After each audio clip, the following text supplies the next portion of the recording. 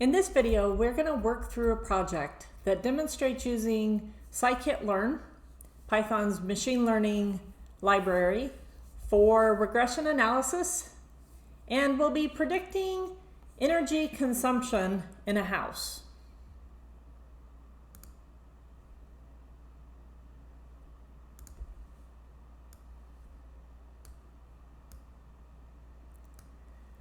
For predicting energy consumption, regression analysis is a statistical method used to model the relationship between a dependent variable, such as energy consumption, and one or more independent variables, such as the temperature, the time of day, or the occupancy. It's a powerful tool for predicting future energy consumption based on historical data and understanding the factors that influence it. So that was a quote from Google's Gemini. In this project, we are going to see if we can predict future household energy consumption given historic data. The data set we'll use is the UCI Machine Learning Repository Household Electric Power Consumption Data Set. This data set includes the variables date, time, global active power, global reactive power, voltage, global intensity, and these three sub-metering measures. Let's look at some more information about the data. The date is in date format with the day first. Time is in time format. Global active power is the household global minute averaged active power. Reactive power is the household global minute averaged reactive power, both of those in kilowatts. Voltage is the minute averaged voltage in volts. And global intensity is the household global minute averaged current intensity in amps. Each of the sub-metering include watt-hour of active energy corresponding to different areas and appliances. So the first one, sub-metering 1, corresponds to the kitchen, which contains mainly a dishwasher, an oven, and a microwave. Sub-metering 2 corresponds to the laundry room, which contains a washing machine, a tumble dryer, a refrigerator, and a light. And sub-metering 3 corresponds to an electric water heater and an air conditioner. So you might already be looking at this and thinking about which things are going to be most indicative of how much power we use. I know here in Arizona, the air conditioner is the primary indicator of how much power you're going to use. I believe this data set came from a house in France. And to access the data, you can simply click the download button. You'll get a zip file. You can unzip it, and you'll see a CSV file.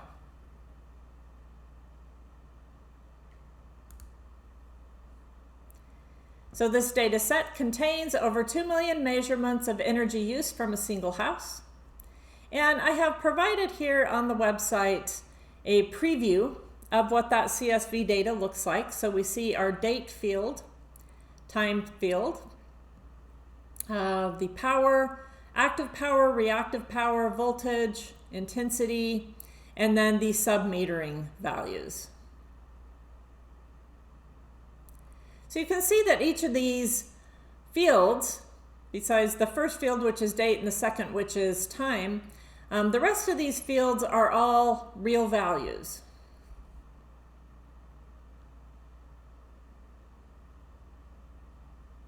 So we want to use this project to demonstrate regression analysis for energy consumption prediction. So can we train a model with this data to be able to predict energy consumption? For the background, the core concept that we want to use is a statistical method to model relationships between variables. And we are going to use regression, and we will predict a dependent variable, a target, based on an independent set of independent variables, which are our features. And we will select those features in this project. And this will show both the correlation and the direction of the relationships. There are different types of regression. Just as a background refresher, if you're not familiar with regression from a statistics class or a previous project, simple linear regression implies we have one feature and one target. So that is the classic y equals mx plus b line, where y is your target, x is your feature, m is the slope of the line, and b is its intercept. If you have multiple features and to one target, which is what we're going to have, then it's a multiple linear. And the equation looks like this: y equals b0 plus b1 x1, and so on to bn xn. And then we can represent nonlinear relationships as well, which would be a polynomial type of regression.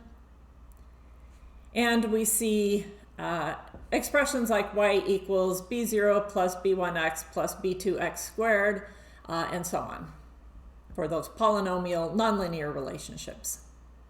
There are other types of regression: logistic for classification, ridge, lasso, and random forest.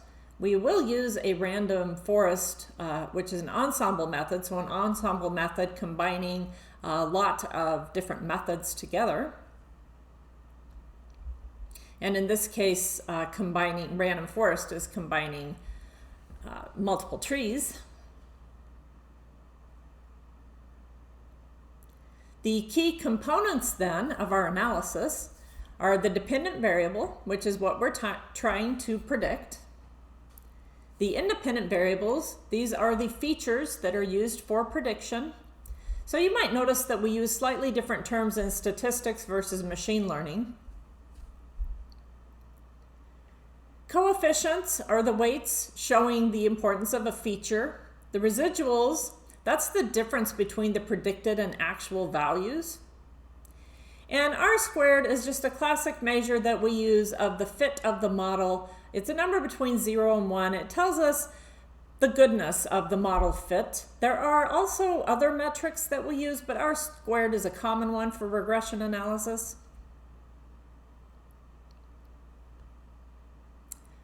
To go over the approach that we're going to take, we will start with data collection and processing,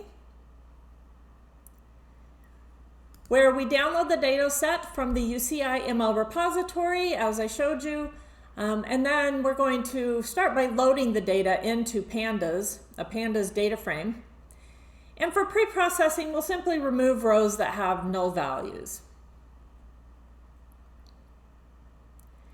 Then we're going to do feature extraction and selection. So a couple of things to note here.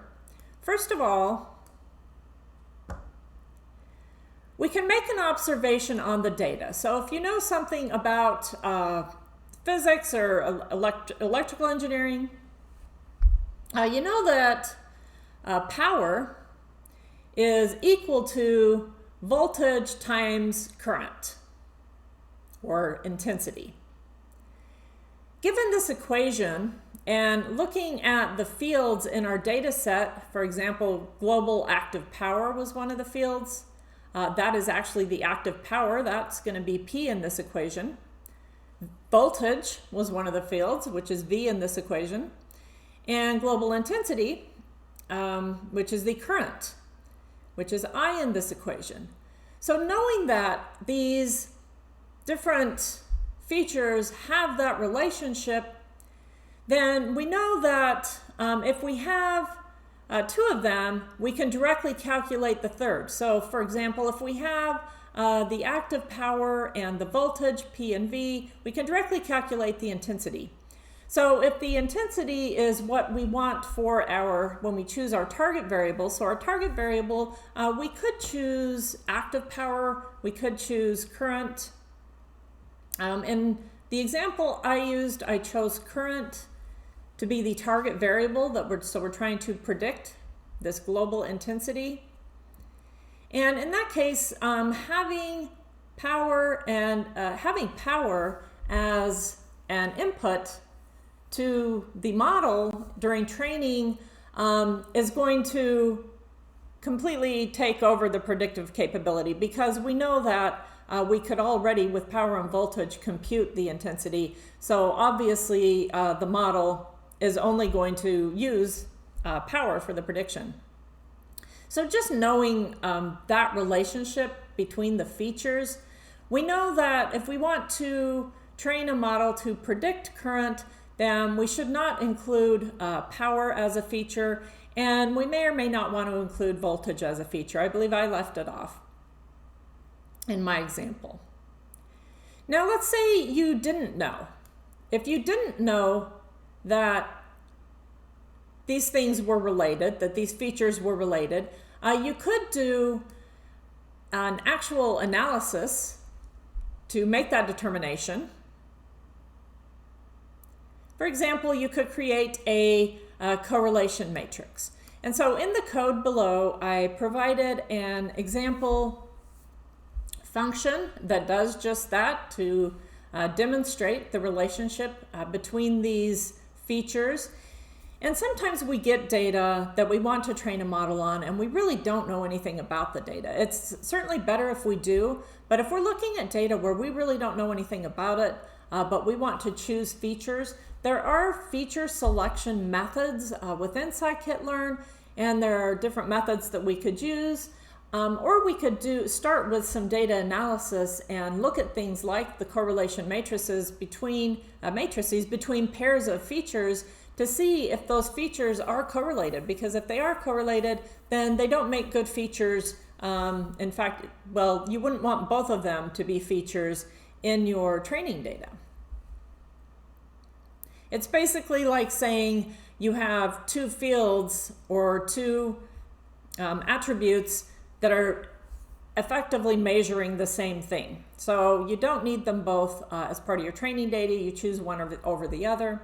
And we'll look at that method that demonstrates how you could actually use your code and create a correlation matrix to to analyze those relationships, to see if they're correlated. And then you don't necessarily have to know anything about the data that's coming in. But in this case, we do, so we were able to make that observation and decide we weren't going to use that data. We also made another observation. When we looked at that time-based data, we saw that there were dates and we saw that there were times. And we know that power consumption can change based on the season, based on the day of the week, and based on the time of day. For example, here in Arizona, we use a lot more power in the summer because our air conditioner is running all the time. If you are in a household where people are working during the week and home on the weekends, that's going to make power consumptions different between the week and the weekends. And then, of course, sleep patterns. We use more power typically when we're awake than when we're asleep, so the time of day matters. But we were given date and time. So what we're going to do is derive some features. So this is feature extraction. We are going to derive some features from that data that gives us, because if we have the date and the time, we can extract the hour from that, we can extract the day from that, and we can extract the month from that. So we're going to extract those features and use that as some of the features for our training. We also want to use the submetering. So all three of the submetering readings for the different areas and appliances, those will make good attributes and features for input into our model to train our model. So our model is going to be primarily trained then on things like usage patterns, so hour, day, and month, and then appliances. For our model selection and evaluation, we're going to select regression type models, and we're going to compare multiple models and just run the analysis with different models and see which model gives us better performance. In the example code, I chose 2 models to start with, but you can change that to try it with different models and see which model, which predictor is going to give you the best performance. So before we dive into the code, the setup required is, first of all, to install the required packages if you don't already have them. In this example, we're using Scikit-Learn, Pandas, NumPy, Matplotlib, and Seaborn. The latter 2 being for visualization. And of course, Scikit-Learn, which is our machine learning library in Python. And then Pandas and NumPy for our data storage and manipulation. You will want to update the file path in the code to match whatever your where your CSV file is located, where you stored it. And optionally, if you want to run this in Colab, and I'll show you an example of this code running in Colab. I personally prefer not to write my code in notebooks. I personally prefer to write my code in text editor and pure Python so that I can run it anywhere that I can run Python code. However, if you want to take advantage of the processing power provided by Google in Google's Colab, you need to use their notebook format. So what I like to do is write my code separately in a text editor, and then I can, once I have my code written and tested and make sure that it compiles and runs, then I can just copy my code into a cell into a Colab notebook and run it there. Now this code has places in it where we're calling plot.show, and it's pulling in data from a file stored on our hard drive, our CSV file stored on the hard drive.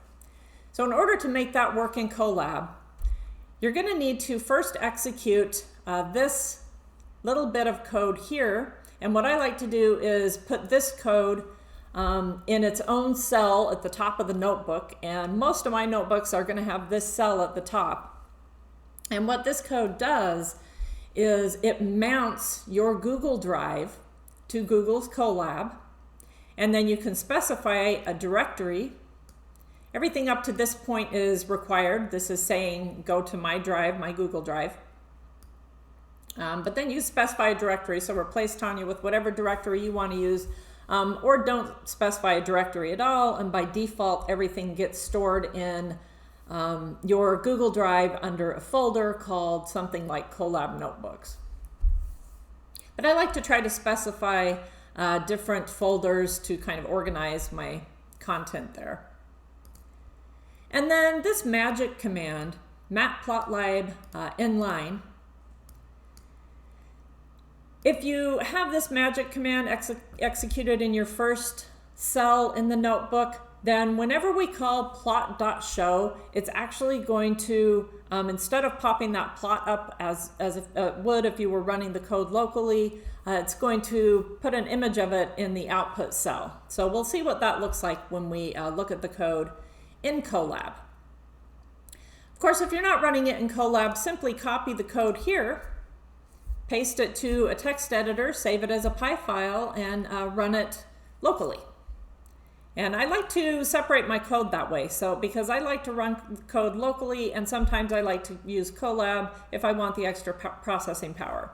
So I like to keep my code separated, neatly separated like this, so that I can copy the same code to both places. Get online.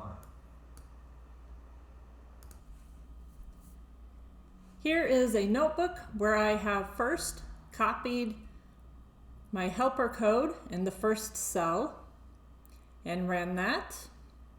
So that's going to mount my Google Drive and make these matplotlib plot.show commands work. And then I copied and pasted the entire rest of the code into another cell. So when you're using notebooks, if you're creating your project and writing your code in the notebook, it does make sense a lot of the time to separate things into different cells, because you can run a cell once and then you don't have to run it again when you go to run the next cell. But like I said, I like to have my code in such a format that I can run it in Colab or run it locally very easily by keeping just the little bit of Colab code separate from the main program, which can run independently as a Python file. All right, so of course we start with all of our import statements, and Google Colab is set up nicely for machine learning. So typically the libraries you need to access are already going to be there. Of course, if they aren't there, you'll get a warning saying that you need to install the library, and then you can add that code to your Colab section up here and get the libraries that are missing pre-installed. But for machine learning tasks and data science tasks, most of the libraries that we want to use are already going to be available in a Colab runtime. So we didn't need to worry about that here. Of course, if you're running it locally, you need to make sure you have Pandas, NumPy, and Scikit-Learn, and Matplotlib, and Seaborn all installed. And we need to import the components of Scikit-Learn that we're going to use, and the models that we're going to use, or the predictors. So let's walk through this code really quickly. We'll go to the bottom first. And so we have this main function. So the main function is going to walk through our project, calling functions along the way. So we're going to load our data with a getData function, and that's going to return a data frame. So let's look at what that getData function does. Scroll back up to the top. Here we are. So getData, you specify the file name. This is actually the file name directly when you unzip that zip file after downloading it. That's the name of the file, so I just left it the same. And this is a convention that I use. So I keep talking about how I like to be able to run my code in Colab or locally. Well, if I'm running it in Colab and I'm using my Google Drive, I have specified this base directory here. And so if I'm running in Colab, I need to use that base directory. Now within google.colab library, there is a command to check and see if you're in a Colab environment. I personally don't like to use that, because then when I'm running the code locally on one of my computers, I may or may not have this Google Colab library installed, and I don't want to have that dependency. So my own convention is to use this base dir variable to set up my base directory, and I only ever use that variable name in Colab. So that's just a personal convention that I use so that I can simply say, if base dir exists, then I know I'm running in Colab. And I have to set up the file name using that base directory. Now there's different ways that you can do this. Like I said, the Colab library has a way to check to see if you're in Colab, but this is my convention that I use. So if there's a base directory variable set, then I'm in Colab and I need to prepend any paths with that base directory because it's going to be linked into Google Drive. Of course, if I'm running it locally, this optional code is skipped. And the file name, in this case, locally, if the script is in the same file as the text file, we don't need to declare a path. We can just specify the file name since the script is in the same directory. And we're calling a pandas method to read CSV. Notice the file has a text extension. This is not actually a CSV file. It is a file where the text is separated by a semicolon. So we need to specify in the pandas read CSV function, read this file name using the separator semicolon instead of comma. So the default for read CSV is going to look for the comma as a separator. If you have a tab separated value file, then you might do /tab here. In this case, this file is separated by the semicolon, so that's our separator. We need to feed that to as an argument to the read CSV function. There are also, so typically when we have data files, the non-existent values or the null values are simply blank, but in this case, they are a question mark. So anywhere that there's a missing value, it's been filled with a question mark in the data file.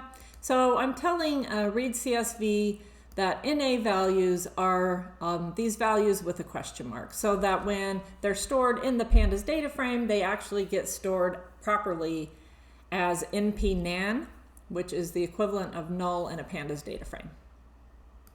So that was the setup I needed to do to get the data from its raw format that I downloaded into a pandas data frame, DF, the convention for naming that variable. For pre-processing, I'm not going to do a lot of pre-processing on the data. I'm familiar with the data. I've looked at it. I don't think that there's a lot of missing values, but I'm going to call drop NA, and drop NA with no parameters or no arguments specified is going to drop every row in the data frame that has any field with a missing value.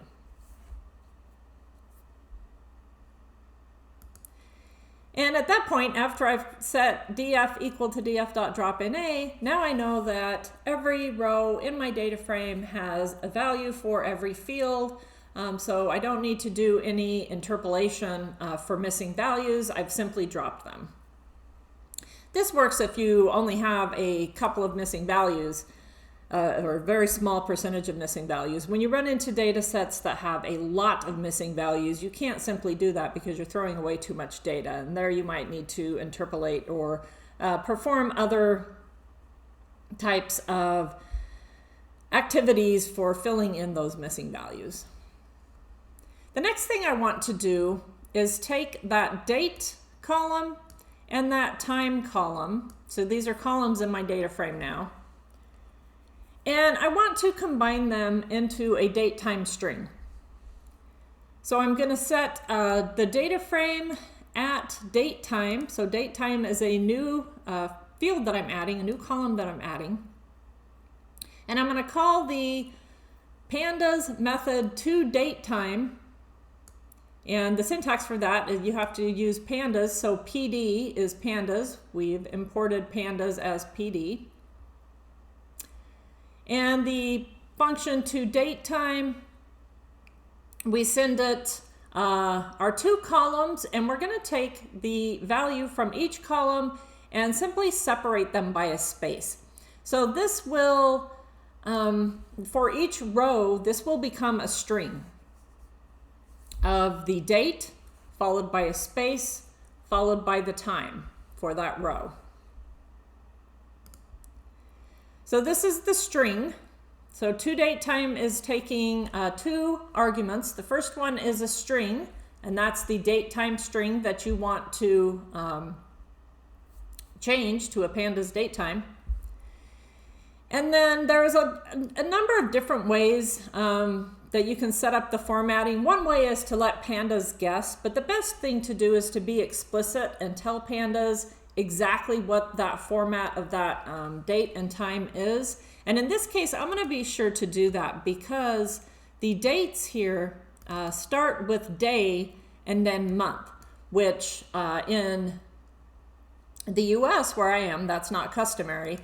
And so pandas is probably going to be expecting to see the month first and then the day. So I need to specify that the format of this string is now day, followed by a slash, followed by month slash year, using a capital Y because it's the full 4-digit year. And then the time is in a typical format, hours, minutes, seconds, each one of those 2 digits long, so capital HMS. And then just a space in between because I added that space when I put those two strings together. So this little bit of code is going to create a single column called date time with a pandas formatted date time that I can then use to get hours, day of week, and month from. Once I've done that, I no longer need the original date and time fields, so I'm going to drop those from my data frame. And now I'm going to create those fields that I wanted to derive. So these are the features that I want to use. I want to use the features hour, day, and month. So I can take now that I have a pandas date time field, I can apply this method to it, dt.hour, which will give me the hour. dt stands for date time. Day of week will give me the day of week. So this is a super useful method because you can't tell the day of the week just by looking at the the number date. It depends on the entire date, month, day, and year to determine what day of the week it is, and this pandas function will do it for you if you have a pandas date time. So that's very useful. So this gives us the day of the week, and I'm storing it in a day column, and then the month, which I'm storing in a month column.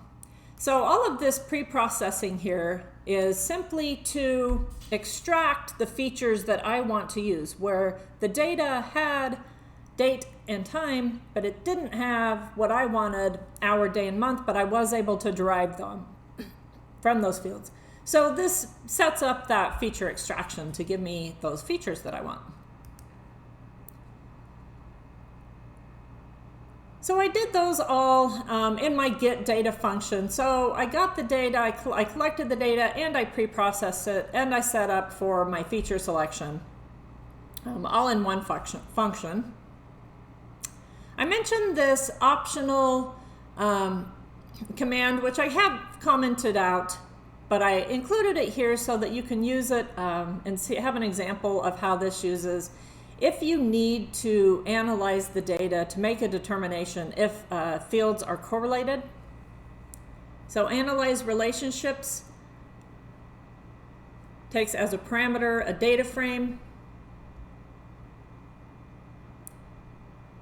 And this function here calculates correlations. So in this case, I wanted the correlations between all of these energy related fields. So intensity, active power, reactive power, and voltage. So this line data frame with the list of fields that I want is going to return just the section of the data frame that I'm interested in. So just those columns I'm interested in.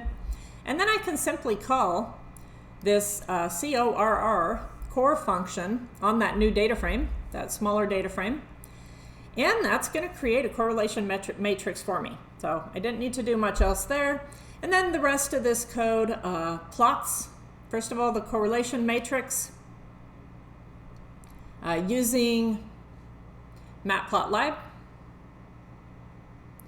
And then here I also showed an example of a scatter plot with just two of those fields, a scatter plot, which you could do pairwise for all the different fields. But this code is just here as an example of how you can also use a scatter plot to analyze two fields and see how related they are. So I left that example code in here for you. But since we were familiar with our data and we knew that those fields were related, and we were able to make the determination that we could leave them out in our feature selection. So that's that commented out function there. So setting the features and the target. So we have predetermined that we want hour, day, and month, which are fields we derived, to be features. And we want all three of the submetering. So each one of these representing a collection of appliances.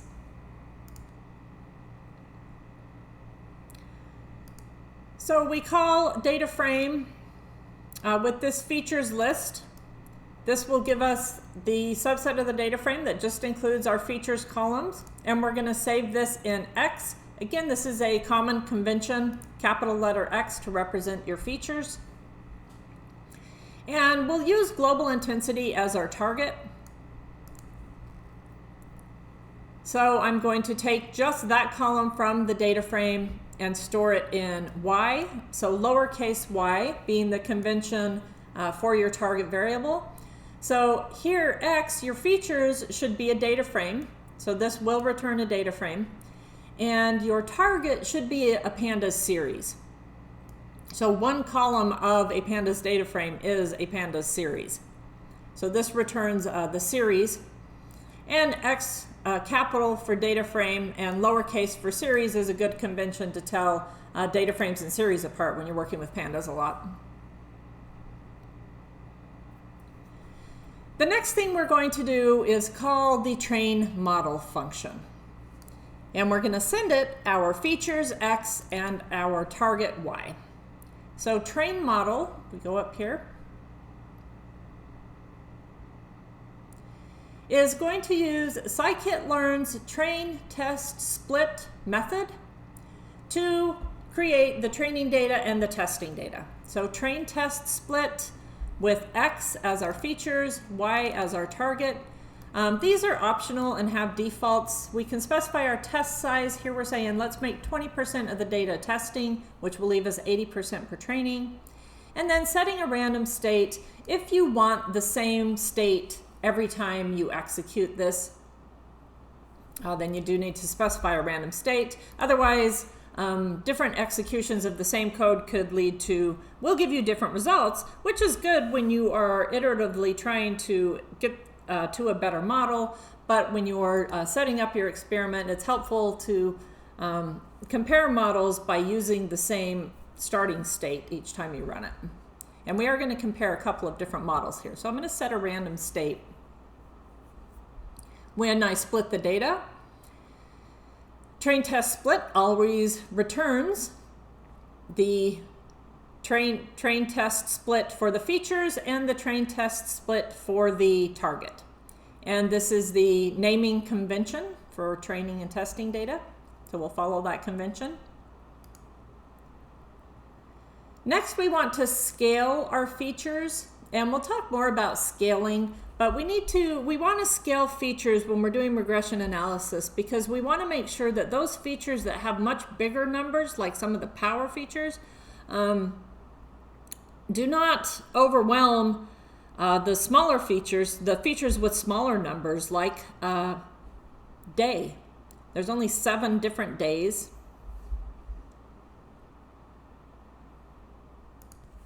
And those will be stored as a single-digit number.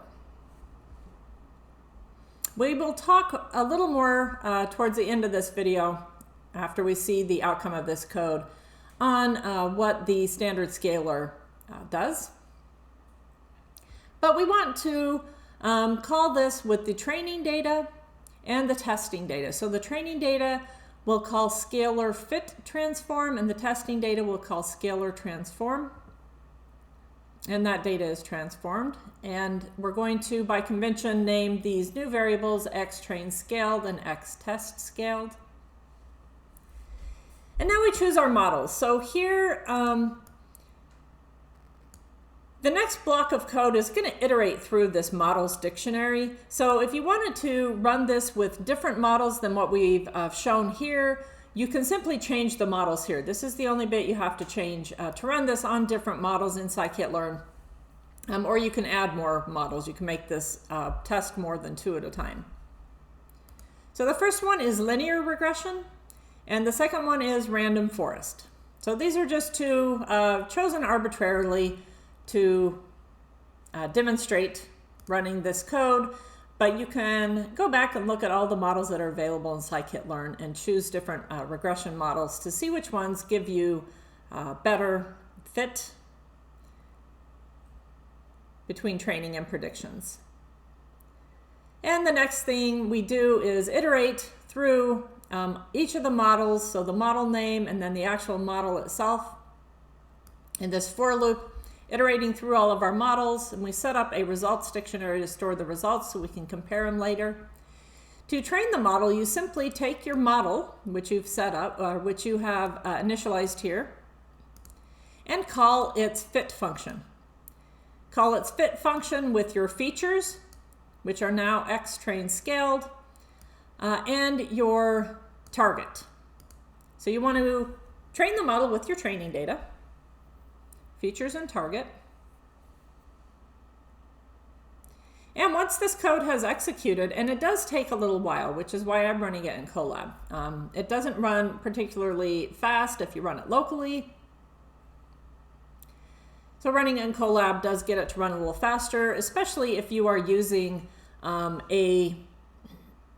T4 being a GPU resource.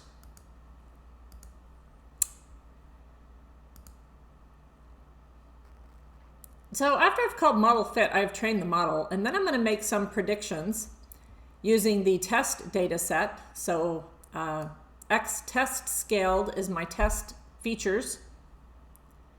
And I'm going to store the outcome of those predictions in Y pred. Then I'll calculate the mean squared error and the R2 score using the test data, which is the test target. So Y test, those are our actual target values. And then Y prediction, which is our predicted values, which we got from calling model predict. And I can send those to mean squared error and R2 score to calculate those metrics.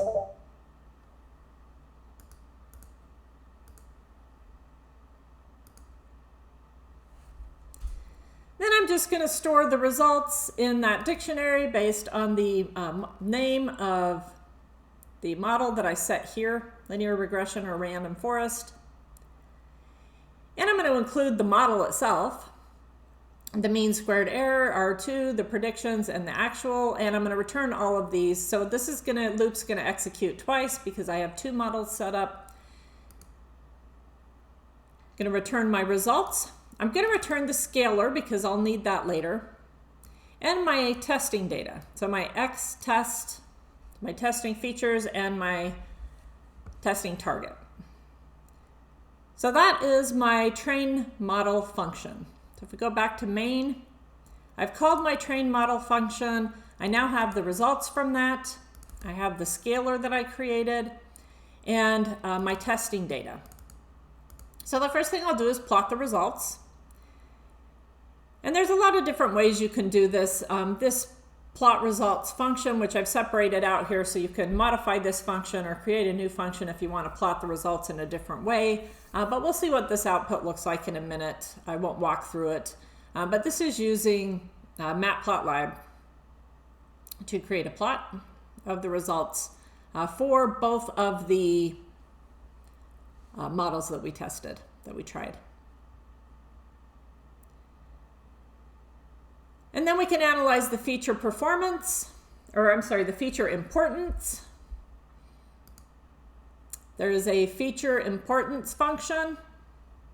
We can probably already guess which features are going to contribute most to predictability. But this function, so we can do the feature importance for the random forest model, where we can use Scikit-Learn to tell us which features contributed most to the model. And this is just using, again, Scikit-Learn to create a bar plot of those features, but we could simply just print the values, which I believe we do. We actually print the values as well. So that's optional, but it gives you some more information about your features and which ones were more important. So that's analyzing feature importance. And then this last bit of code just gives you an example of how to do inference on this model. So once you've trained the model, you now have a model. Now you can use the model for inference, and so that's actually getting predictions from the model given data. And this is where the scalar comes in. So we needed to save that scalar because we used the scalar to transform our features before we trained the data. So when we're making predictions, when we provide the model with data for predictions, we need to transform it in the same way. So saving our scalar model, our scalar lets us create the same transformation without having to manually record what kinds of transformations we did to get to get accurate predictions using new data. So that's why we returned the scalar from trained model, so we could reuse the scalar immediately. And we could also store that scalar so that we can use it again later in our applications. So this is just an example of how to do inference, so that's optional there. And then finally, we're going to plot the results to just look at a comparison of these two models. This is what those output plots look like. So this is comparing linear regression using the linear regression model. So this is the predicted on the y-axis and the actual on the x-axis.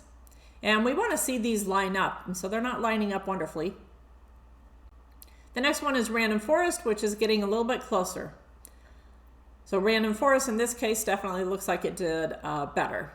So this is just one way to visualize, but we also, if you recall, we kept some like the R-squared score and mean squared error, so we could actually use those as well. But I wanted to show an example of just plotting some of these results to see what that looked like. And feature importance, of course, submetering 3, that was the one with the hot water heater and the air conditioner. So of course that's going to contribute to predictions more so than the other appliances which don't use as much power. And here in this case, the hour of the day contributed more than the month or the day. Whereas if we ran this on data from Phoenix, the month is going to be a big contributor because of the summer months. And then here's just the feature importance actual values that were plotted in that bar chart and the example prediction. So you see with an actual value of 6.4, our linear regression model predicted 6.75, and our random forest model predicted 6.21, which was a little bit closer. If we go back to our website, where I have the code and an example of the output, I didn't include the images here. Finally, just a brief discussion on why we scale. So I briefly mentioned the main motivation behind it, but it's important to understand that scaling features can be crucial in regression analysis, and how the standard scaler, which we used, performs standardization. And it does so by computing the mean and standard deviation for each feature, and then transforming them. Without scaling, the larger range features are going to inappropriately dominate the model's learning process. So with scaling, we get equal feature influence, sometimes better algorithm performance. Our algorithm might converge faster with scaled features. And mathematical stability and model interpretability. Certainly the feature comparisons are more meaningful if they're scaled to the same scale.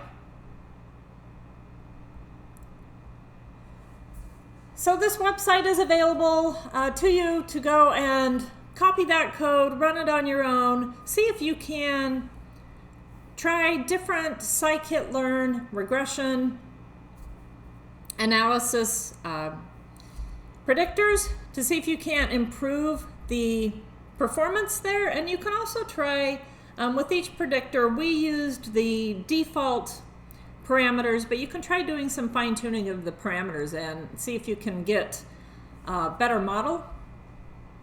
I will, of course, include a link to this web page in the comments of this video so that you can access it there. I hope you enjoyed the project. I hope you enjoyed that example.